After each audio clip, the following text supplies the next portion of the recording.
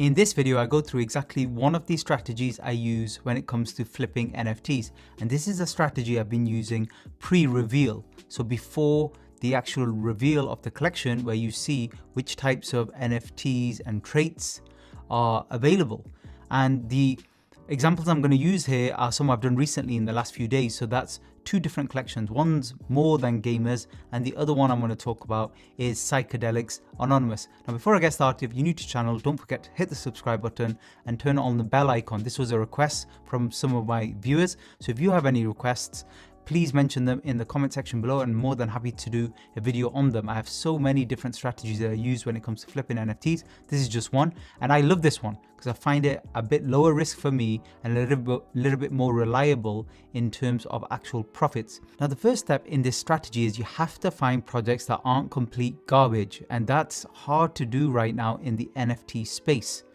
Very, very difficult to do, and there are many different things you need to check, but basically if they do have a massive following and the artwork's really good, then you're already in a good position.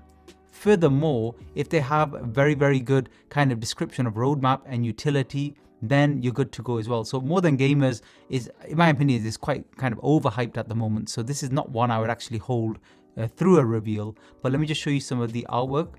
And obviously they're talking about future games and things like that, but it's the artwork that interests me, because I look at this and I'm obviously thinking Clone X, Artifact Studio, reasonable quality artwork, and it's very kind of Clone X-ish in terms of style, so that's a good sign. Obviously they've got over 100,000 followers, even though a lot of those were just recently.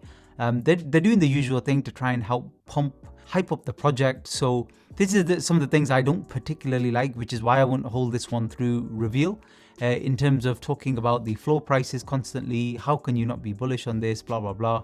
I personally not a massive fan of that. However, still it's a decent project compared to 95% of the other rubbish. That's the only reason I'm involved. Psychedelics, now same thing again, massive following, over 100,000 on Twitter. They have an excellent website as well, which I looked through, and also the artwork is kind of unique and also of a high quality. When you really zoom into these images, you can see it's a very good quality. And again, I'm just comparing it to 95% of the rubbish we see every day now in the NFT world. And the other reason I like it was my previous 9 to 5, many years ago now, I was involved in mental health. And because this is one of the use cases, that's why it particularly interested me anyway. But in terms of this particular video, is actually how to flip the tokens pre-reveal. So what do I actually look for? So I found two good projects. What did I actually do?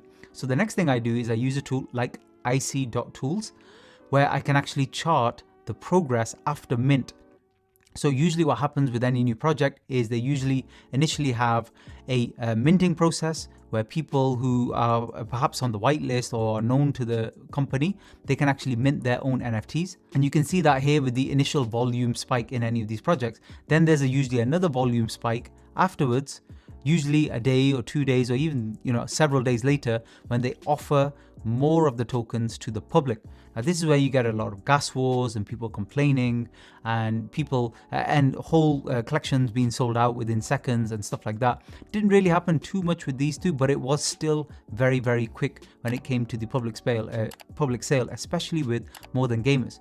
Again, this doesn't matter when it comes to flipping, it's just something to be aware of. The reason you need to be aware of it is when you're looking at the floor price, so the minimum price for one of these tokens, it can go up and down, but one of the things that moves it even more is obviously a new minting, fresh minting, and a public sale. Because then suddenly what people do is they buy from the public sale and they start dumping on OpenSea just to try and make a quick flip. That's why you get this whipsaw, this big line of up and down transactions, and then it kind of goes stable for a while.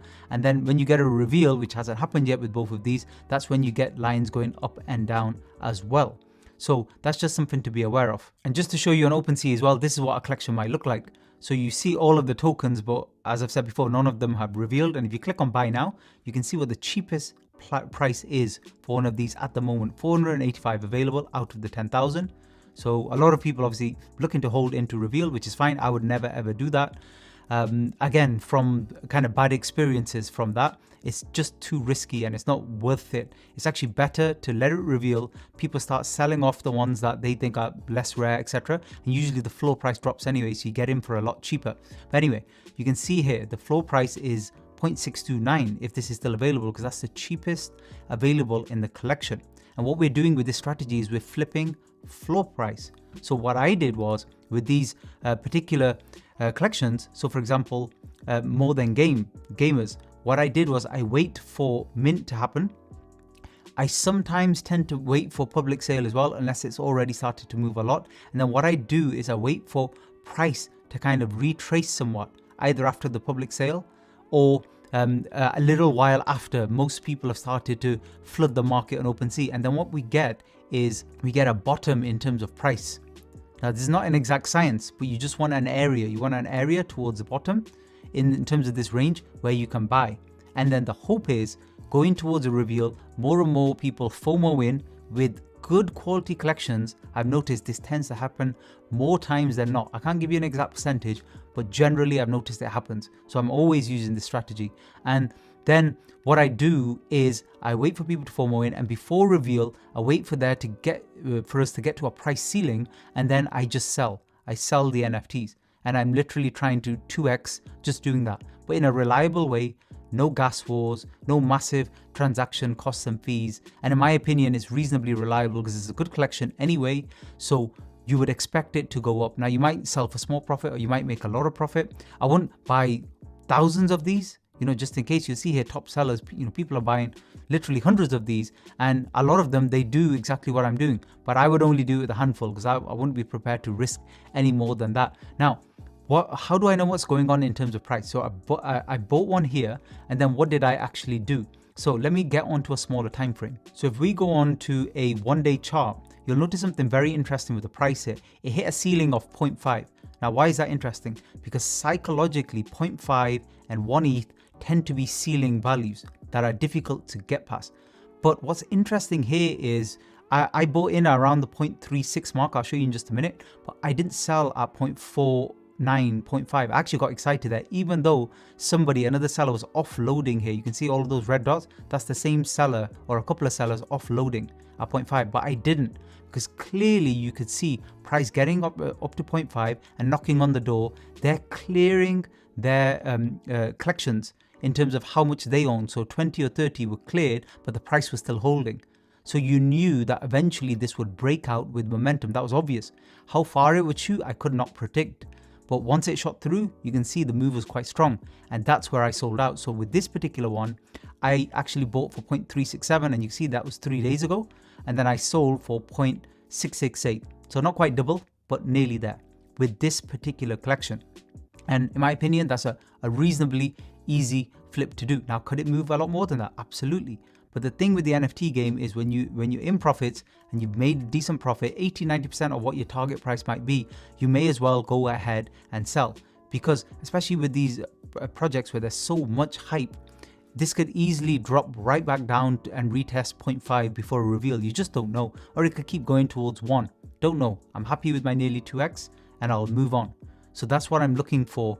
Now, let me show you how it looked for the Psychedelics Anonymous. And the ones I bought here were the Psychedelics Anonymous Genesis. And let's just go back 7 days. And again, it's the same story. So just watch out for those public sales where you can get a sudden dip in price. To be honest, my average price was around 0.45, 0.5 mark, but I really should have bought more when it dropped here to 0.39. I should have bought, I had a handful of passes anyway. I should have bought a few more. Again, that's in hindsight. Always jot down some of your trades and notes in terms of what you learned and what you could have done better, because that's what makes you improve when it comes to trading NFTs. But anyway, same strategy again. And what did we see? With volume, I start to pick up, people FOMOing in, supply getting less and less, people really hodling onto their passes, and then price starts to break out. Same thing again. And here we didn't quite meet the 1 ETH ceiling. So let's just have a look on a daily so you can see exactly what's happened. And you can see price went all the way up to around the 0.9, 0.95 mark. Actually, there was a sale of just under 1 ETH. So that was a really good sale. And then we always get a pullback. Like I said, psychological figure that one, and then we get a pullback. So anywhere up here, you could have taken profit and you would have been fine. And I flipped a few of these. So one here, which I bought, you can see that 5 days ago, 0.57, and I sold it for 0.85. Another one, I bought 0.57, 0.89. Like I said, my entry wasn't great on those. And another one here, which I bought for 0.45. I sold earlier because I just wanted to lock in some profit. So this actually sold a day before for 0.74. and that was a good one. Still holding some. So this is another one I've got for 0.45, but I'm well in profit. I don't need to rush. Let's see, if we get to the 1 ETH mark or above, if we pull back to the 0.6, 0.7, that's no problem, still in profit. But why am I not holding for reveal? Well, this is the problem. Let me show you on any kind of recent collection. So let's have a look at Shiba. This is a half decent collection, not as good as these two in my opinion, but this particular one, let me show you what the chart looks like when we see a reveal. So let's go back 30 days so we can get an idea. And same story here in terms of it being available on the secondary market, and at a reveal you'll see this massive spread in price. If we add the outliers, which means some massive transactions, you can see clearly that a lot of the big transactions came after the reveal. Now in this particular collection they were offering some special ones earlier, so a few people just got lucky and they managed to flip them for 20 ETH even before they revealed. They were like legendary kind of Shibas basically. But anyway, we're going off topic here. But basically after reveal, what happened? You saw the floor price before reveal, see it quite clearly there. So here, before reveal, the floor price was 0.78, and then it dropped all the way down to 0.5 after reveal, and then it's been dropping even further ever since. So my point is, if you wanted to, because probability states you're just going to get one of the common ones anyway. Maybe you've got a 1 in 1,000 chance of getting a rare one, and then you can make a little bit of a money on it. It may not even be that much if it's an average collection anyway, but rather why not just wait for reveal and quickly snipe a few rare ones for 0.4, 0.5. And if you want a video on that, please comment below and I'll do that in a separate kind of tutorial where I talk about how to snipe post reveal. You have to be very quick with it, but you can potentially make massive profits literally within an hour or less of a reveal.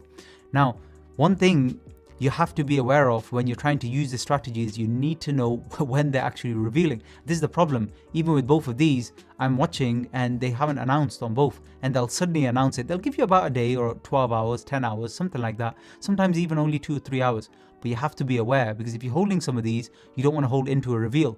Otherwise, you could be selling at a massive loss. Let's say you bought in at 0.7, 0.8. You might be having to push a sale at 0.5 if you didn't get a rare one, and you don't want that scenario. So remember, the strategy here is you're flipping pre-reveal, you're buying on the secondary market, you're not wasting time on Discord, grinding away to try and get on a whitelist or anything like that. Leave all of that, let it drop onto the secondary market, see what the trend is, see if the price is holding. It doesn't just drop on and then just drop like a tank as soon as it gets onto the secondary market, which is OpenSea. You don't want to see that happen. You might see it get on there, people FOMO in at the beginning, get a bit excited, but then price pulls back. When price pulls back, then you start buying. And I did the same with Shiba as well. I bought a lot of these at 0.5 and then I went to sell. And to be honest, some of them I sold really early because I needed the cash to get into a couple of other NFT collections. But if I had held, I would have sold for 0.78 here, made a good flip on all of them, and then moved on to another project. And then after reveal, I could have sniped if I so wanted. But the sniping is more risky in my opinion. This is more reliable, but the collection has to be a good one. Any questions, just mention them below. Thanks very much for listening.